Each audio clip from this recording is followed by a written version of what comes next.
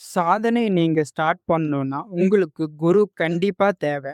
குரு இல்லாம எந்த சாதனையும் நீங்க பண்ணக்கூடாது. இன்டர்நெட்லேருந்தோ, கூகுள்லேருந்தோ, யூடியூப்லேருந்தோ இல்ல எந்த புத்தகத்திலேருந்தோ நீங்களாவே மந்திரத்த எடுத்து பண்ணக்கூடாது.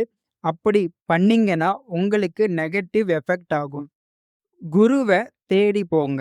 குரு எப்பவுமே ஒரு நல்ல குரு பரம்பரையிலிருந்து வரணும்.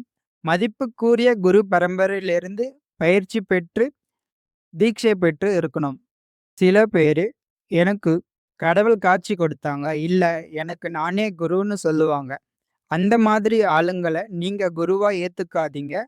ஆனால் ஒரு நல்ல குரு கிட்ட நீங்க என்ன வேணாலும் கேள்விகள் கேட்கலாம். ஆக்சுவலி இது ஒரு ப்ராசஸ். உங்கள்ல நெறைய பேரு தப்பான ஆளுங்க கிட்ட மாட்டி நெறைய மிஸ்டேக்ஸ் பண்ணியிருப்பீங்க. அதெல்லாம் கூட இந்த பாத்துல ஒரு ஃபேஸ் தான். சில பேரு போன ஜென்மத்திலேயே சாதனை பண்ணியிருப்பாங்க. அதனால அவங்க சின்ன வயசுலேருந்தே குரு தீட்சை எடுத்திருப்பாங்க. அதே மாதிரி உங்களுக்கு குரு தீட்சை கொடுக்கும்போது 3 வாட்டி காதுல மந்திரம் சொல்லுவாங்க.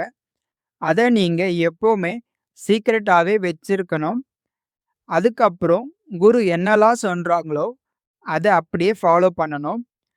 குரு பரம்பரையோட எக்ஸாம்பிள்ஸ் சொல்லணும்னா, ஆதி சங்கராச்சாரிய அவங்களோட சீடர்கள் வழியா வந்த குரு பரம்பரை, குரு கோரக்நாத் பரம்பரை.